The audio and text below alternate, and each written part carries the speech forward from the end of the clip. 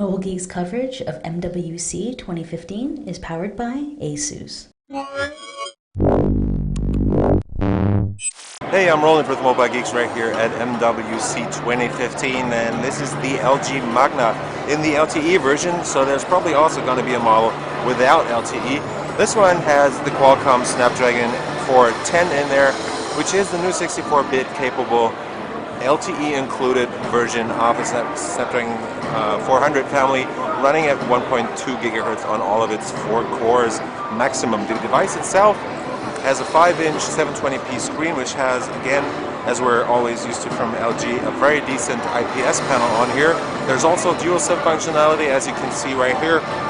The screen itself looks pretty nice, and it does have good contrast ratios and a pretty good viewing angles.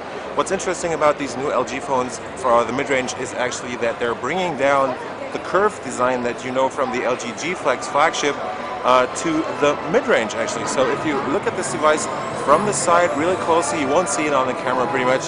You can see that the back of the phone is slightly bent, or pretty bent actually. The front is even less bent, but it is bent. So the front screen, the screen on this device is actually slightly curved, so you have about a millimeter or two difference between the edges of the device and the middle. So if you put the device down on the table, it will not have contact with the surface that it is laying on. What's pretty cool about those new LG devices is actually that they're bringing down the curved design from the G Flex 2 flagship device to the mid-range devices, which means it's not flexible like the Flex 2 still is, although LG isn't putting any weight on this marketing-wise. But on the Magna, for example, like on the Spirit device, which is the 4.7-inch smaller brother of this, is actually that the front screen is slightly curved, so you have a small difference between the edges of the device and the middle of the device. So if you put it down on the surface, it will not touch the area that it is lying on, at least in the middle. So that is supposed to keep scratches away a tiny bit at least, or protect it from that, and other than that, it's just a freaking cool design, at least in my world. You have a 5-inch screen on here, as I said, 720p. Under the hood is the Snapdragon 410. We have 1 gig of RAM and 8 gigs of internal flash storage that can be extended through a micro SD card slot that is under this removable cover. There's also a 2540 milliamp hour battery integrated into this, so in combination with the 5-inch screen running at the pretty low 720p resolution and the Snapdragon chip in here, it should give you a pretty decent runtime that will easily get you through the day. Another thing is, although there is this pretty big battery in here, the device is really light. They feel very light and still are pretty sturdy. There's nothing bending on these devices at all. Other than that, we are running Android 5.0 Lollipop, as you can already tell from the interface down here and from the moves that it makes. I mentioned already the dual SIM support on here, and we have a 5 megapixel front camera right there, plus an 8 megapixel shooter on the back, including a single LED flash right there. It doesn't have OIS or anything, so that's still reserved for the higher end models. LG is also bringing or keeping or sticking with its design with the rear keys, so there's no buttons on the sides of the device.